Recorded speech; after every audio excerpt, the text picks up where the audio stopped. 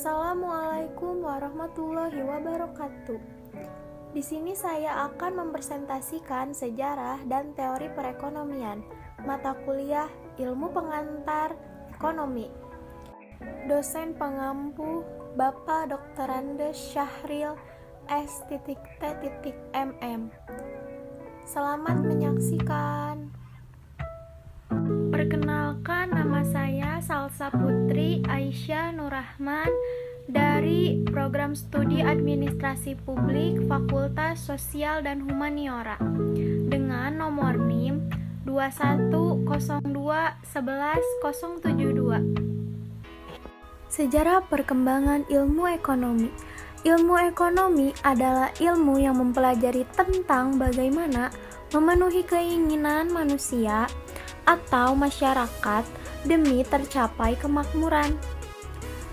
Ilmu ekonomi adalah ilmu yang mempelajari tingkah laku manusia untuk mendapatkan dan mengelola sumber daya yang terbatas. Ilmu ini muncul karena manusia memiliki kebutuhan dan keinginan yang tidak terbatas, tetapi sumber daya yang tersedia untuk memenuhinya terbatas. Ilmu ekonomi telah dipelajari sejak 350 sebelum Masehi, zaman Aristoteles. Ekonomi berasal dari bahasa Yunani, asal kata oikos dan nomos. Oikos yang berarti rumah tangga dan nomos artinya aturan atau hukum yang artinya aturan atau urusan rumah tangga. Pengertian ilmu ekonomi menurut para ahli. Menurut Albert L. Myers, ilmu ekonomi adalah ilmu yang mempelajari kebutuhan-kebutuhan manusia dan kepuasan kebutuhan-kebutuhan tersebut. Menurut M. Manuel Lang, ilmu ekonomi adalah ilmu yang mempelajari tentang bagaimana memenuhi keinginan manusia atau masyarakat demi tercapainya kemakmuran. Kemakmuran adalah kondisi di mana manusia bisa memenuhi kebutuhannya, baik berupa barang atau jasa. Dan menurut Adam Smith, ilmu ekonomi merupakan ilmu sistematis yang mempelajari tingkah laku manusia dalam usahanya untuk mengalokasikan sumber daya yang terbatas untuk mencapai tujuan tertentu. Nah, mengapa kita perlu belajar ilmu ekonomi? Yang pertama, manusia mempunyai berbagai macam kebutuhan barang dan jasa. Oleh karena itu, kita harus belajar ilmu ekonomi. Yang kedua, barang dan jasa mempunyai sifat kegunaan utility dan kelangkaan scarcity. Ilmu ekonomi timbul membantu dalam pengambilan keputusan sehingga kegiatan yang dilakukan lebih efektif dan efisien. Dengan adanya ilmu ekonomi, kita dapat memahami kegiatan-kegiatan ekonomi. Dan dengan ilmu ekonomi, kita dapat memahami masalah-masalah internasional seperti ekspor dan impor. Selanjutnya, ilmu ekonomi adalah ilmu yang beragam. Secara umum, ada 3 cabang ilmu ekonomi. Yang pertama, ada ilmu ekonomi terapan. Ilmu ekonomi terapan merupakan bidang ilmu ekonomi yang mengaplikasikan teori dan prinsip ekonomi dalam situasi real untuk memprediksi kemungkinan hasil yang berfokus pada pemanfaatan ilmu ekonomi secara praktis, khususnya bagi individu dalam pengambilan keputusan, kebijakan, pedoman, atau standar tertentu dengan tujuan mengatasi masalah yang terjadi.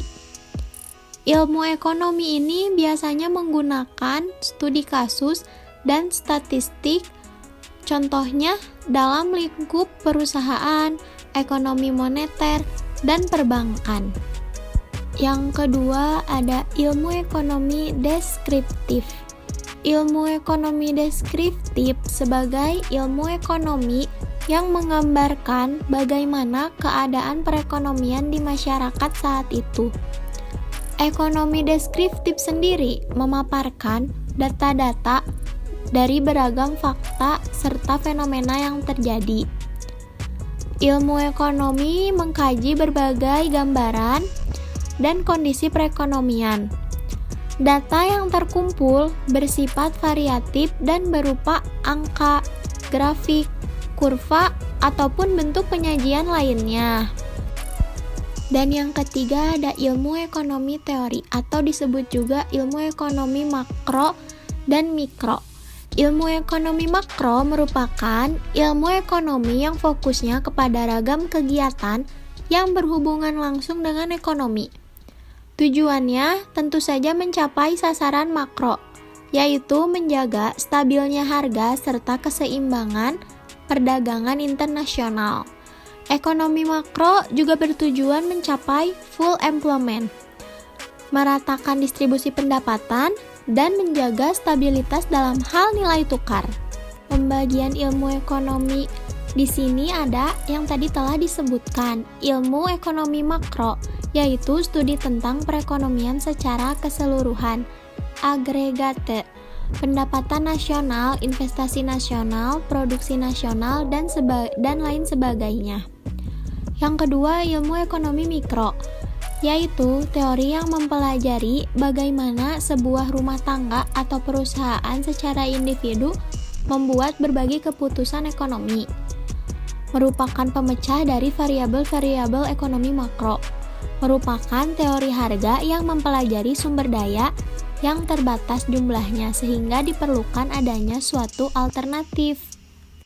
Dan selanjutnya yang di sini ada macam-macam kegiatan ekonomi. Yang pertama, ada kegiatan produksi. Kegiatan produksi adalah kegiatan atau usaha manusia dalam menghasilkan ataupun menambah nilai guna barang dan jasa. Tujuan kegiatan produksi adalah memenuhi kebutuhan, mencari keuntungan, dan menjaga kelangsungan hidup sebuah perusahaan. Tiga tujuan itu mencangkup kegiatan produksi. Dan kegiatan yang kedua ada kegiatan distribusi. Kegiatan distribusi adalah kegiatan yang menyalurkan barang yang dibuat produsen pada konsumen. Tujuan dari kegiatan distribusi adalah yang pertama, agar kelangsungan kegiatan produksi terjamin. Yang kedua, supaya barang atau jasa yang diproduksi bermanfaat bagi konsumen. Dan yang ketiga, agar konsumen bisa mendapat barang yang diperlukan dengan mudah. Yang terakhir dari macam-macam kegiatan ekonomi yaitu kegiatan konsumsi. Kegiatan ini adalah kegiatan yang usaha supaya manusia bisa memenuhi kebutuhan barang atau jasa. Tujuan kegiatan konsumsi adalah yang pertama, mengurangi nilai guna barang dan jasa dengan bertahap. 2. Menghabiskan nilai guna barang dengan sekaligus. Yang ketiga, memenuhi kebutuhan secara fisik. Dan yang terakhir, ada memenuhi kebutuhan secara rohani. Selanjutnya, saya akan menjelaskan pengertian dasar dalam ekonomi. Yang pertama, ada ekonomi normatif dan ekonomi positif. Analisis normatif menganalisis ekonomi kemakmuran, welfare economics, berdasarkan kerangka analisis yang melihat suatu permasalahan berdasarkan apa yang seharusnya terjadi. Misalnya, pengangguran harus rendah, distribusi pendapatan harus merata, seharusnya tidak ada rakyat miskin, dan lain sebagainya. Selanjutnya, analisa positif. Analisa positif yaitu melihat permasalahan pada apa yang sesungguhnya terjadi dalam perekonomian. Misalnya, tingkat pengangguran di Indonesia pada tahun 2007 adalah 40 juta jiwa. Selanjutnya, dari pengertian dasar ekonomi yang kedua ada barang ekonomi dan barang bebas. Barang ekonomi yaitu barang yang untuk mendapatkannya memerlukan pengorbanan atau bisa disebut dengan harga. Dan barang bebas untuk mendapatkannya tidak memerlukan pengorbanan alias gratis. Dan pengertian dasar dalam ekonomi yang terakhir ada analisis ekuilibrium parsial dan analisis ekuilibrium umum. Analisis ekrubium parsial yaitu analisis yang membahas pasar secara individu dalam membentukkan harga dan jumlah barang dan jasa, yaitu mikroekonomi. Yang kedua ada analisis ekrubium umum. Analisis ekrubium umum membahas perilaku pasar secara umum dan saling berhubungan dalam satu sistem perekonomian. Bisa disebut juga makroekonomi. Dan sekarang saya akan menjelaskan jenis-jenis organisasi sistem ekonomi. Yang pertama dari jenis organisasi sistem ekonomi ada sistem ekonomi tradisional. Sistem ekonomi tradisional menjadi sistem ekonomi yang paling konvensional, sekaligus terkuno di dunia. Dalam praktiknya, produk yang dihasilkan dan dijajarkan di pasar merupakan produk hasil langsung dari keyakinan, tradisi, adat istiadat, agama, dan lainnya. Masih banyak negara-negara di dunia yang menerapkan sistem ekonomi tradisional. Biasanya, daerah tersebut berupa pedesaan, negara-negara dunia kedua atau ketiga, dan daerah yang berhubungan erat dengan tanah melalui sektor pertanian. Pemerintahan di bawah sistem ekonomi tradisional biasa merasakan beberapa keuntungan, seperti minim limbah di kawasan terkait, terjalinnya hubungan yang erat antara anggota masyarakat, serta mampu menimbulkan kepuasan sosial. Di sisi lain, penerapan ilmu ekonomi tradisional atau sistem ini bisa membuat negaranya tidak dapat menikmati beberapa fasilitas. Di antaranya fasilitas yang terpusat, fasilitas teknologi, hingga fasilitas metode kedokteran barat yang super modern. Di dalam sistem perekonomian tradisional sendiri, memiliki beberapa ciri yaitu barang yang dihasilkan untuk memenuhi kebutuhan sendiri. Mereka menjadi prosuden dan sekaligus konsumen. 2. Rendahnya produksivitas teknologi sederhana. Yang ketiga, kegiatan ekonomi diatur berdasarkan kebiasaan dan adat istiadat. Jenis organisasi sistem ekonomi yang kedua ada sistem ekonomi komando. Sistem ekonomi komando yaitu sistem ekonomi yang sebagian besar dikendalikan langsung oleh kekuatan pusat. Ya, bisa disebut juga pemerintah. Jenis sistem ekonomi ini relatif berkembang dengan baik apabila suatu negara penganutnya mempunyai sumber daya berharga dan skala sangat besar.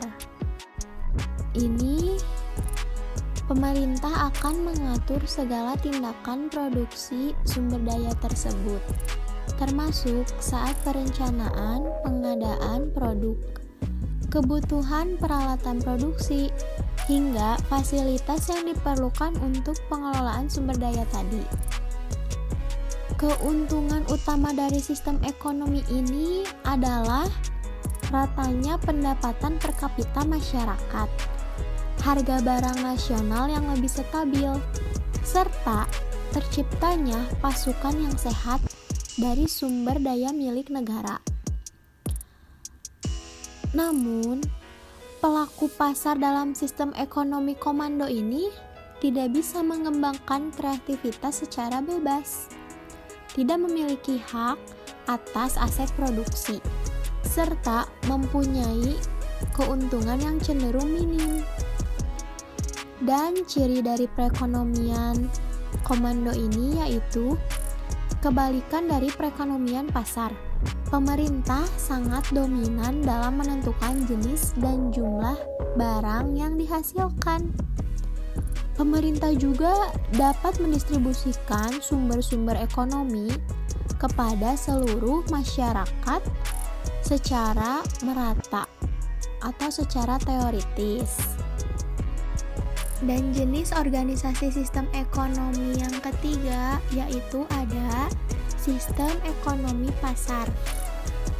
Di bawah kebijakan sistem ekonomi pasar, pemerintah tidak memiliki hak untuk melakukan intervensi dalam pengendalian sumber daya vital, barang berharga, ataupun segmen utama di sektor perekonomian lainnya. Akibatnya, para pelaku usaha ekonomi pasar ini bisa unjuk kreativitasnya dengan bebas, meraup keuntungan seoptimal mungkin. Juga adanya kemudahan bagi para pembisnis baru untuk memasuki pasar. Sayangnya, dalam pelaksanaannya ada banyak pelaku usaha tamak yang hanya mementingkan keuntungan pribadinya. Di samping itu, munculnya berbagai tindakan monopoli dari pembisnis besar di sistem ekonomi pasar. Ciri perekonomian pasar yang pertama, adanya pemisahan yang jelas antara prosuden dan konsumen. Yang kedua, pasar merupakan faktor utama yang menentukan jenis dan kapasitas kegiatan di masyarakat. Dan yang ketiga, ada identik dengan perekonomian kapitalis, verified liberalis. Dan yang terakhir dari jenis organisasi sistem ekonomi yaitu sistem ekonomi campuran. Sistem ekonomi campuran ini atau juga yang akrab dikenal sebagai dual economy pada dasarnya merupakan kolaborasi dari sistem ekonomi pasar dan sistem ekonomi komando atau pemerintah, di mana prakteknya pasar akan bergerak sesuai dengan program pasar bebas. Hanya saja saat terjadi suatu hal yang tidak bisa membaik hanya dengan mengandalkan mekanisme pasar, pemerintah akan turun tangan membentuk kebijakan demi mengendalikan kondisi yang ada. Menariknya dari sistem ekonomi campuran ini, hak milik perseorangan dalam sistem ekonomi campuran tetap diakui, meski sumber daya terbatas yang sifatnya kebutuhan nasional bakal dikendalikan langsung oleh pemerintah. Ciri dari perekonomian campuran ini yaitu pemerintah campur tangan dalam kegiatan ekonomi, serta perseorangan diberi kebebasan untuk melakukan kegiatan ekonomi dan menguasai faktor produksi sesuai mekanisme pasar yang ada. Slide selanjutnya saya akan menjelaskan faktor-faktor yang mempengaruhi pertumbuhan ekonomi. Faktor-faktor yang mempengaruhi pertumbuhan ekonomi, yang pertama ada faktor sumber daya alam atau bisa disingkat dengan SDA. Yang kedua, ada faktor sumber daya manusia atau bisa disebut SDM. Yang ketiga, ada akumulasi modal. Yang keempat, tenaga, manajerial, dan organisasi produksi. Yang kelima, teknologi. Dan yang terakhir, keenam, faktor politik dan administrasi pemerintah. Keenam faktor tersebut bisa mempengaruhi pertumbuhan ekonomi. Dan sekarang di sini akan saya jelaskan faktor-faktor yang mempengaruhi pertumbuhan ekonomi. Dari faktor yang pertama yaitu faktor sumber daya alam atau SDA. Bagi pertumbuhan ekonomi, ketersediaan sumber daya alam yang melimpah sangat baik dalam menunjang pembangunan. Selanjutnya, dari faktor sumber daya manusia, SDM. SDM merupakan individu produktif yang berperan sebagai penggerak suatu organisasi, baik dalam perusahaan maupun institusi. Yang ketiga, akumulasi modal. Akumulasi modal sebagai persediaan faktor produksi yang dapat direproduksi. Akumulasi modal sebagai proses penambahan stok modal fisik buatan manusia berupa peralatan, mesin, dan bangunan. Yang keempat, tenaga, manajerial, dan organisasi produksi. Organisasi produksi sebagai salah satu bagian penting dalam proses pertumbuhan ekonomi, yang kemudian berkaitan erat dengan penggunaan faktor produksi dalam berbagai kegiatan perekonomian. Dan yang kelima, teknologi. Teknologi mampu mempengaruhi perubahan, dianggap sebagai salah satu faktor terpenting dalam proses pertumbuhan ekonomi. Sebab perubahan dan kemajuan teknologi erat kaitannya dengan perubahan dalam metode produksi. Dan yang terakhir ada faktor politik dan administrasi pemerintah. Struktur politik dan administrasi yang lemah merupakan penghambat besar bagi pembangunan ekonomi di suatu negara. Oleh karena itu, 6 faktor-faktor di atas akan sangat mempengaruhi pertumbuhan ekonomi. Nah, saya akan membahas kembali sejarah sistem ekonomi. Di dalam sistem ekonomi kapitalis, berangkat dari gerak individualisme. Sistem kapitalis memberikan kebebasan kepemilikan individu seluas-luasnya dan memisahkan kehidupan ekonomi dari ritual keagamaan atau disebut sekuler. Yang kedua, sosialisme adalah suatu sistem perekonomian yang memberikan kebebasan yang cukup besar kepada setiap orang untuk melaksanakan kegiatan ekonomi, tetapi dengan campur tangan pemerintah. Sosialisme muncul di akhir abad ke-18 dan awal abad ke-19 sebagai reaksi dari perubahan ekonomi dan sosial yang diakibatkan oleh revolusi industri. Revolusi industri ini memang memberikan keberkahan buat para pemilik pabrik saat itu, tetapi di lain pihak para pekerja justru malah semakin miskin. Terakhir, sistem ekonomi campuran, mixed economy, merupakan panduan dari dua bentuk sistem ekonomi, sosialisme dan kapitalisme. Sejarah pertentangan yang keras dan bahkan tidak harmonis dari kapitalisme dan sosialisme telah menstimulasi pemikiran-pemikiran untuk mencari bangun ekonomi dengan ciri dasar yang merupakan gabungan unsur-unsur terbaik dari keduanya. Nah, sejarah sistem ekonomi ini sudah saya jelaskan tadi dengan pengertian yang berbeda. Dan di slide selanjutnya saya akan mengulang kembali ekonomi makro dan ekonomi mikro. Apa sih perbedaan ekonomi mikro dan ekonomi makro? Dilihat dari ruang lingkupnya, perbedaan antara ekonomi mikro dan makro dapat dilihat melalui pengertian variabel dan ruang lingkupnya. Ekonomi mikro sebagai cabang ilmu ekonomi mempelajari beragam variabel ekonomi dalam lingkup kecil seperti perusahaan dan rumah tangga. Ia mempelajari mulai dari variabel ekonomi yang lebih kecil, konsumsi, investasi, dan tabungan.